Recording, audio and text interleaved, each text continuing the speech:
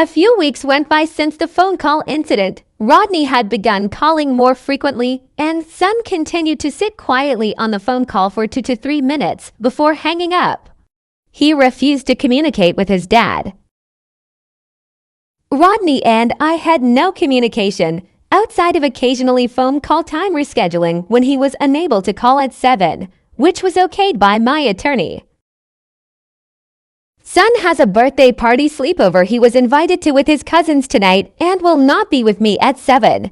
If you plan on calling him tonight, he will not be available after 6:30. So feel free to call him anytime before then. Son needs to be available to me at 7 p.m. for my phone call, as per the court order. While I understand that the order states 7 p.m. as the call time, this would not be the first time that the call time needs to be rescheduled due to prior obligations. He will miss the main events of the party if he is unable to attend until after the scheduled time. The only obligation Son has is to be available for my phone calls. He does not deserve to attend a party over fulfilling that obligation. Son deserves to have a normal childhood as well and will be unavailable at 7 p.m. today. Hello, I am looking for a Faye blank. That is me. Is everything okay, officer? Yes, Mom. I am here to officially serve you with a court summons for the family court system. All information necessary for your court date is included in the paperwork. If you have any questions, feel free to call the courthouse as soon as possible. Of course, I figured this was coming. Thank you, officer. After the officer left, I immediately called my attorney to inform her about being served.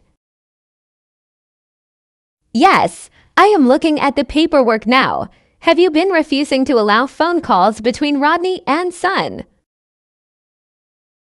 No, I informed him the other day that Son would be at a sleepover and offered to allow the call for an earlier time, but he refused.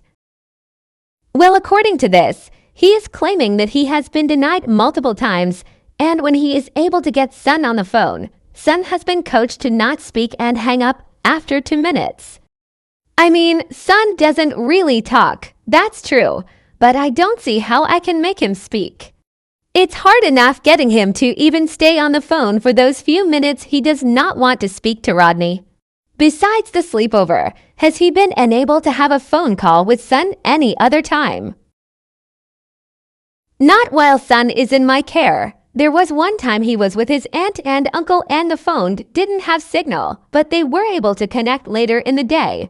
But he's never been just denied. Okay, well, we will get this handled in court. I don't think the judge will fault you for the 2 calls. Accidents do happen with technology. And I don't see a judge handing out a contempt charge for a child attending a sleepover. But I will say, the fact that Son will not communicate while on the phone may be an issue for us. If there isn't evidence that you do everything in your ability to get Son to communicate, it can be viewed as a form of parental interference or alienation. Well, if the judge has any ideas of how to make a child talk to someone who has Abu Dollar at him his entire life, I'd love to hear them, because I refuse to force him to do so when he clearly isn't ready. Just do the best you can until court comes. Try to get him to open up just a little.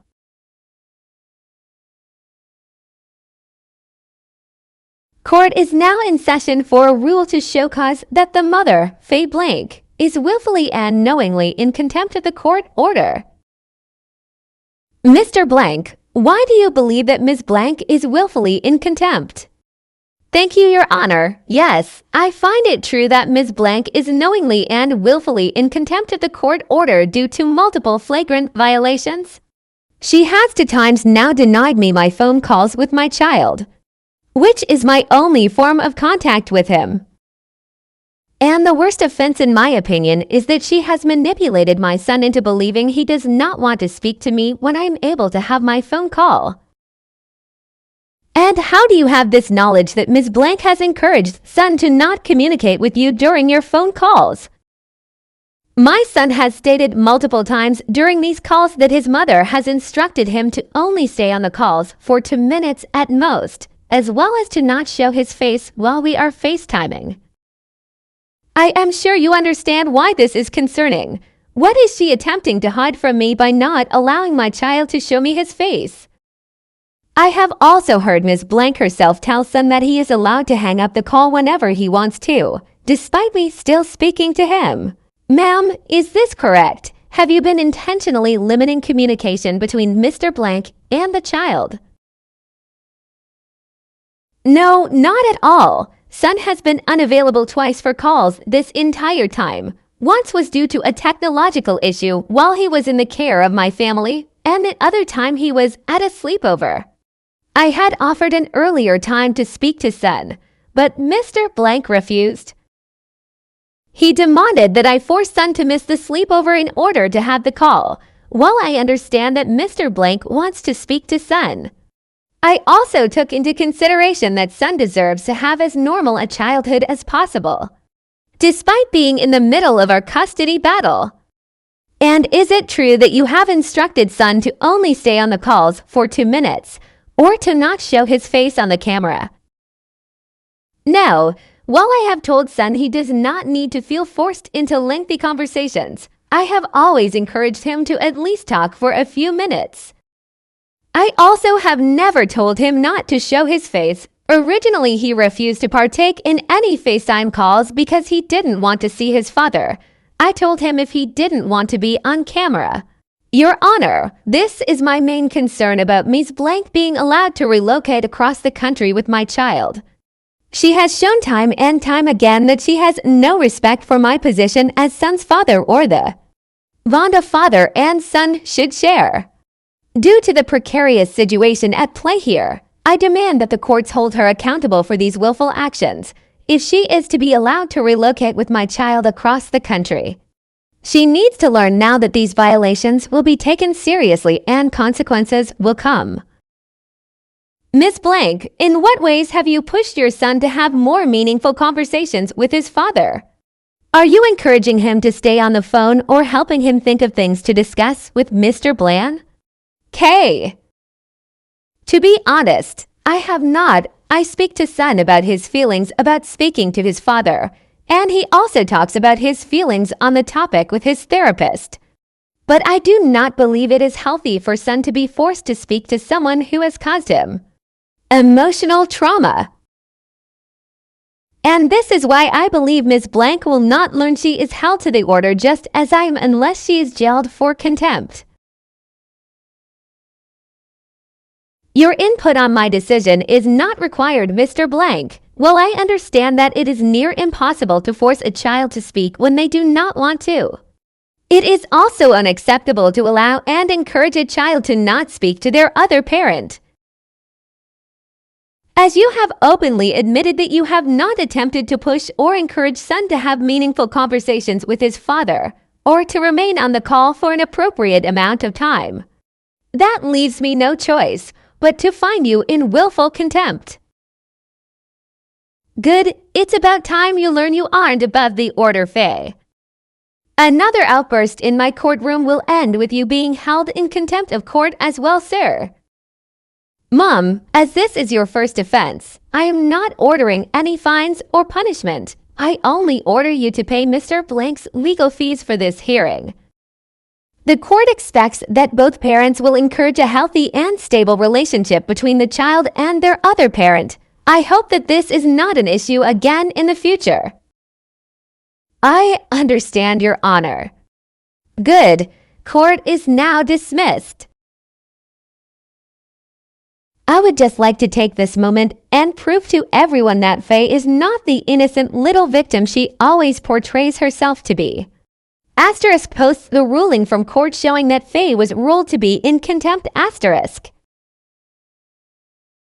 Faye Blank, in contempt of court. Would you look at that? So Reddit and weep everyone who thinks I deserve to be kept away from my kid and thrown in jail all because she said I was the bad guy. Remember this moment the next time you hear about a man being a deadbeat or a bad father, because chances are they are the true victims. Chances are that man is struggling because his ex is just as cruel and vindictive as Faye is. Because I can promise you that Faye Blank has never once been afraid of me. She only began to claim this lie when she decided she wanted to destroy our family, if anything. I should be afraid of her and what lies she will create next. And next time you see Faye, or any other single mom playing the pity party card, remember that 9 times out of 10 that there is a man out there who is her victim. Living with the Abu Dhabi she gives him in silence because the courts rarely care about the man. Hey son, what are you up to today? Anything cool or exciting? No. You don't have to pretend like you don't want to talk to me anymore, you know. I doubt your mom told you, but the judge said she isn't allowed to make you not speak to me anymore. We can talk for as long as we want to. I don't want to talk to you. Mom didn't make me not talk. Buddy, you don't have to do this anymore. I'm your dad. I know you want to speak to your dad. You aren't my dad. You don't even act like a dad. You just pretend to when you call because you think I'm stupid. I'm not stupid. I remember how mean you always were to me and Mom. Dads aren't mean. You want to know how I know this isn't you, and it's your mom's words you're speaking, because I know you, son, better than you even know yourself. I know everything about you. You don't know anything about me. Sure I do. Like I know how your favorite dinner is spaghetti, just like mine. I don't like spaghetti, and I don't like you. Asterisk hangs up the call on Rodney at 5 minutes asterisk. Due to the fact that you have now allowed son to not only hang up our phone calls after only a few minutes, which is a direct violation of the order and what the judge just reprimanded you for the other day. I will be filing another contempt charge. This contempt charge will not only cover the repeated violation, but will also include the fact that you allow and encourage son to disparage and disrespect me during these calls. You also clearly must be coaching him for him to remember false memories of me. I had hoped that you would learn from the judge scolding you in open court, but I knew deep down that you would never stop without actually suffering an appropriate punishment. Hopefully this time the judge comes down hard on you. Please refrain from communicating with me unless it is directly related to son, as is outlined in the PFA. This is directly related to son. I wonder how quickly they will throw that PFA out when you are thrown in jail for the repeated violations of our order, and I will be the only biological parent available. Let to care for our boy. I would never coach our son against you, not that I would need to. He will see how evil you are in his